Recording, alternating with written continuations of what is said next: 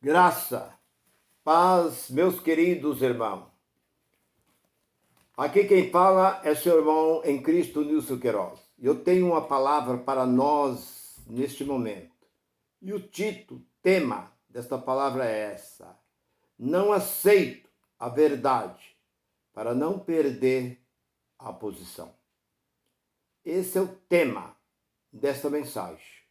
Você aí de Alagoas, do Ceará, Pernambuco, de todo o meu querido Brasil, aonde você está, vai o meu abraço para todos vocês, os meus irmãos da graça, os que não são da graça. Se você está vindo pela primeira vez, você vai prestar bem atenção nessa mensagem e você vai ver que o que está sendo pregado é uma grande realidade.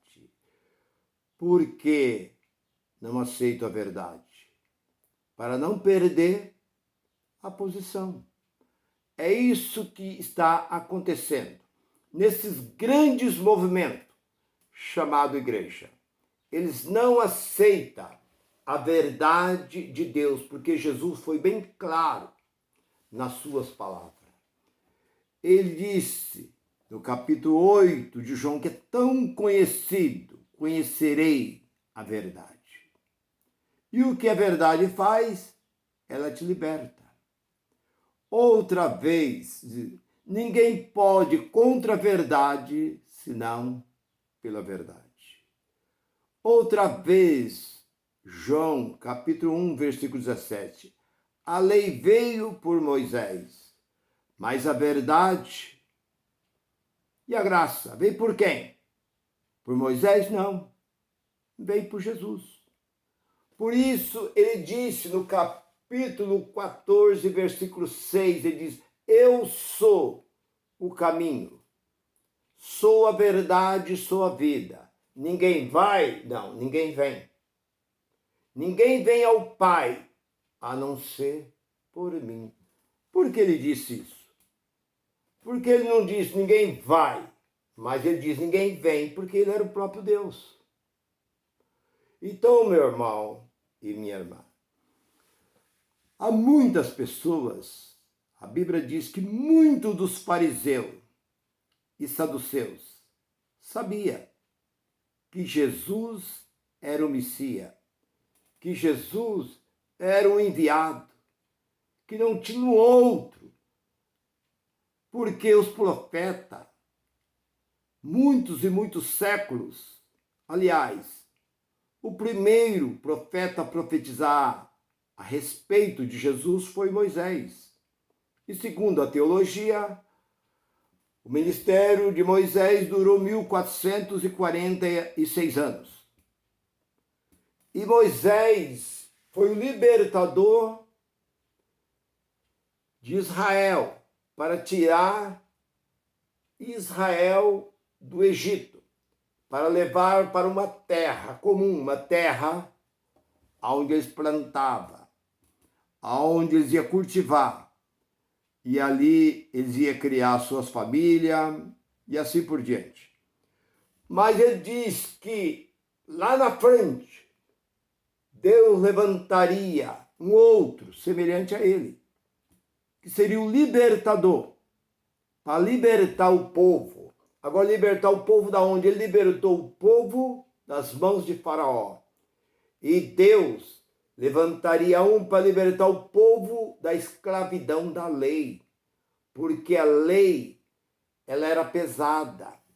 Foi por isso que Jesus disse: o meu fardo é leve, vinde a mim. 11:28 de Mateus. Todos que estão cansados, sobrecarregados, e eu vos aliviarei. Versículo 29. Tomai sobre vós o meu jugo e aprendei de mim, que sou manso, humilde de coração, encontrará descanso para vossas almas. Versículo 30. Porque o meu fardo é leve e o meu jugo é suave.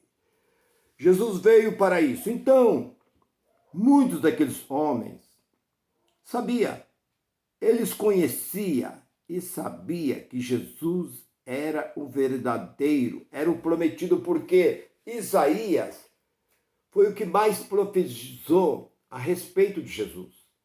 Isaías no 7,14, Isaías diz que porque uma virgem conceberá e dará à luz um filho, seu nome será Emanuel, que traduzido significa Deus conosco. Outra vez, no capítulo 9, versículo 6 de Isaías, ele diz assim: porque um menino nos nasceu, um filho nos deu, e o seu nome será maravilhoso, Conselheiro, Deus forte, Pai da eternidade e Príncipe da paz. E então os profetas profetizavam a respeito de Jesus. E então as maiores seitas, quando Jesus veio, havia, segundo a teologia, não este livro, a teologia, 14 denominações já existiam em Israel. Mas a maior de todos era fariseu e saduceu, que eles discriminavam todos aqueles que não fosse, ainda que fosse judeu, mas se não fosse circuncidado, eles discriminavam. Gentil, então, eles não aceitavam de forma nenhuma. Era grande a discriminação que havia ali dentro, no meio daquele povo. Qualquer coisa, eles expulsavam e tiravam aquele povo do meio deles. Então a Bíblia diz que muitos daqueles sabia que Jesus era filho de Deus. Todos os sinais, prodígios e maravilha que Jesus fazia, ele sabia que nenhum homem podia fazer o que ele fazia, a ponto de Nicodemo ir ter com Jesus. Ninguém pode fazer sinais que tu fazes se Deus não for com ele. Então, ele, sendo doutor da lei, chegou, falou, mas espera um pouco. Esse homem faz muitas coisas. Então, nós olhando para o capítulo 9 de João, os discípulos vendo um cego, eu vou só dar uma pincelada dentro dessa passagem, vendo um homem, um jovem, cego, disseram, mestre, quem pecou? Ele ou seus pais, para que nascesse cego? Jesus disse, nem ele pecou, nem seus pais. Foi para que através dele se manifestasse a glória de Deus. Devo fazer a obra de Deus enquanto há dia, porque a noite vem, quando não se pode fazer nada mais. Eu sou a luz deste mundo. E naquele momento Jesus fez com a sua saliva um lodo, colocou nos olhos daquele cego lavou. E a partir daquele momento começou a ver. E o povo olhava e falava assim, mas é ele? Não, não é não. Ele é cego. Não, parece com ele. Eu acho que é ele. Não, não é ele. Vão perguntar. Ele falou, sou eu mesmo. Mas como? Você era cego? Como você está vendo? Um homem chamado Jesus fez um barro, fez um lodo, passou nos meus olhos, eu lavei no tanque e estou vendo. Mas isso não está certo. Nós vamos te levar à presença dos fariseus. E levaram diante dos homens que se consideravam santos, homens. E aqueles homens disseram para ele, quem foi que te fez isso? Como fizeram isso com você? Foi um homem chamado Jesus, fez lodo, passou nos meus olhos, lavei e estou vendo. Mas esse homem não é homem de Deus, porque era sábado. Esse homem não é de Deus porque ele não guarda o sábado. Então a própria palavra diz que houve entre eles discussão, desentendimento, porque eles começaram agora ali, como este homem não é de Deus, ele fez um grande sinais.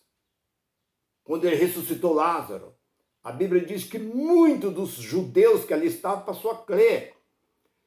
Então, aqueles ex-cegos que agora havia, estava vendo, eles vendo o homem curado, veja bem a ignorância, vendo o homem curado, o homem vendo, eles não quiseram aceitar. Vamos chamar os pais dele. Chamaram os pais. Agora você vê aonde eu quero chegar. Os pais vieram. Eles disseram, esse é seu filho? Sim. Ele era cego? Nosso filho era cego. E por que agora ele vê? Se cego eu sei que ele era. Se ele vê agora, eu não sei. Eu não sei, pergunta. Ele tem idade para responder, pergunta a ele por que os pais disseram isso. porque era covarde.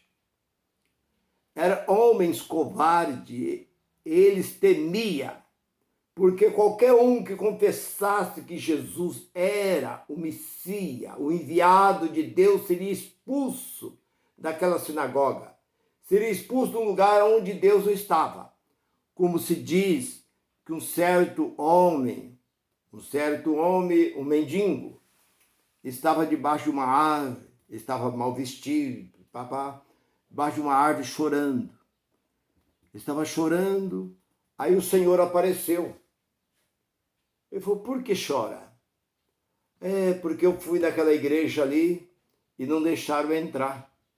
Me expulsaram lá de dentro, porque eu estou mal vestido. Aí aquele Senhor disse assim, não foi só você, me expulsaram também lá de dentro. Não me aceitaram lá dentro. Então essa é a grande verdade. Eles expulsaram Deus do seu meio. Eles não tinham, porque eles dizem, nós somos discípulos de Moisés. Nós seguimos a Moisés. E quem era Moisés? O que Moisés era? Moisés era apenas o quê? Um falecido. Já tinha morrido há milhares de anos. 1000 e tantos anos atrás, Moisés já tinha morrido. E agora ele disse, nós é discípulo de Moisés, agora tu é discípulo desse. Ele falou, então, aí que está a maravilha. Vocês não estão crendo nele? Estão dizendo que ele é qualquer um? Mas ele me abriu os olhos. Nunca houve na história da humanidade um homem abrir os olhos de um cego de nascença. E começou a pregar para aqueles fariseus. E os fariseus ficaram indignados e disseram assim, tu nasceu tudo em pecado e quer nos ensinar nós? Quer expulsa da sinagoga? Vai embora, nós não te queremos aqui. Então expulsaram aquele ceguinho, não, ex-ceguinho, porque ele confirmava que Jesus... E o que você fala sobre esse Jesus? Eu digo que ele é profeta. E eles ficaram mais indignados, ainda expulsaram aquele ceguinho. Se vocês quiserem, vocês podem ler lá no capítulo 9 do livro do Evangelho de João, vocês vão encontrar. Então o que eu quero dizer com isso? Que nos dias de hoje não é diferente. Há muita gente que está dentro desses movimentos chamados igreja e olha para a graça, eles veem a graça e dizem, eu não posso aceitar. Eles veem que é verdade, que nós não temos nem um toma lá da cá. Nós não pegamos dinheiro de ninguém, nós não contamos a mentira, nós não desviamos desta verdade. Eles vão, quando eles veem um versículo, eles pulam do versículo.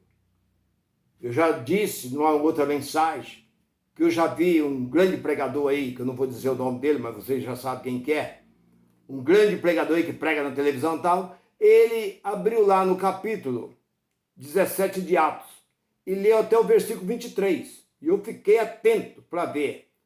Quando ele ia chegar no versículo 24 e no 25, ele parou. E dali ele ficou ali e não seguiu para frente. Por quê? É isso que acontece. Porque eles pegam o que interessa a eles. Então, muita gente hoje vê a graça, conhece a graça, mas estão ali bem próximo de ser um presbítero, de ser um evangelista, de tomar uma posição ali como pastor, uma igreja que está ali muitas vezes prometida, vou te dar uma igreja para você dirigir. As pessoas sabem que aquilo tudo é mentira, mas não quer perder a sua posição. Por isso que o título dessa mensagem é essa, né? Não quero crer na verdade. Eles não querem crer na verdade porque sabem que tudo isso é maldição. Todas as religiões estão debaixo de maldição. Nós vemos ali Gálatas capítulo 1, versículo 7 e 8. Todo aquele que pregar o evangelho diferente desse evangelho está debaixo de maldição. Ainda foi mais além. Ele diz, ainda que seja um anjo. Não, mas o apóstolo Paulo falou de homem. Mas agora foi um anjo que desceu do céu e está anunciando. Depois, é maldição a mesma coisa. Ainda que seja um anjo que veio do céu, enviado do céu, é maldição. E agora nós vemos aí todas essas religiões estão debaixo de maldição. Mas as pessoas preferem viver debaixo de maldição do que viver debaixo da verdade. Porque nós encontramos no capítulo 11 de João, e o versículo 49 ao versículo 51, 52, você vai encontrar que o sacerdote discutindo, sacerdote, sumo sacerdote, ele disseram assim: vós não entendeis e não sabeis que é necessário que um justo morra pelo povo, para que a nação não pereça?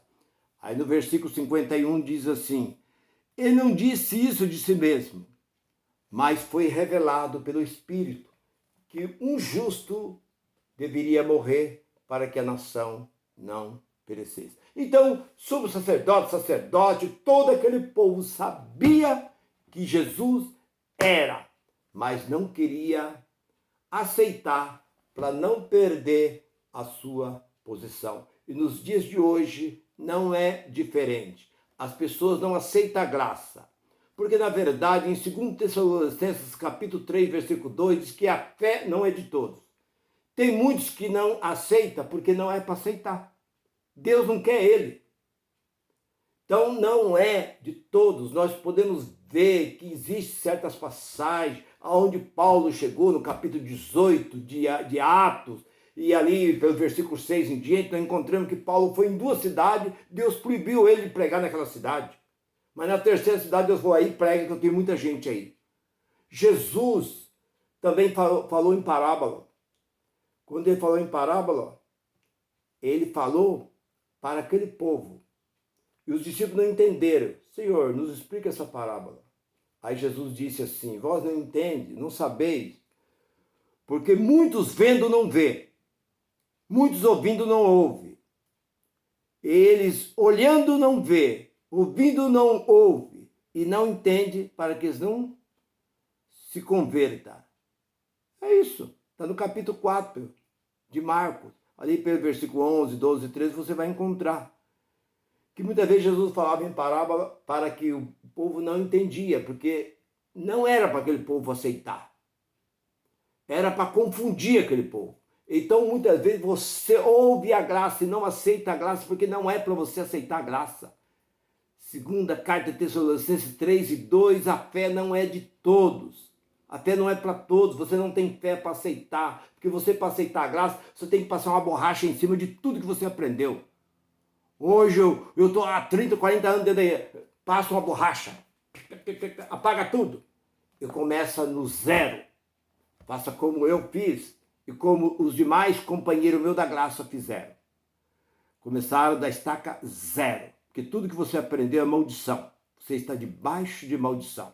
Você da assembleia, de qualquer congregação, qualquer denominação que você tiver, você está debaixo de maldição. Mas se você estiver na graça, você está dentro das cartas do apóstolo Paulo.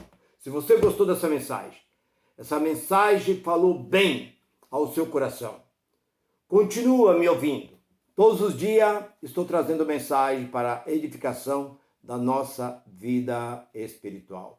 Se você ainda não é inscrito, inscreva no meu canal. Eu quero desejar um fim de semana abençoado, um sábado cheio de vida para você, meu irmão e minha irmã. Graça e paz. Goodbye, goodbye.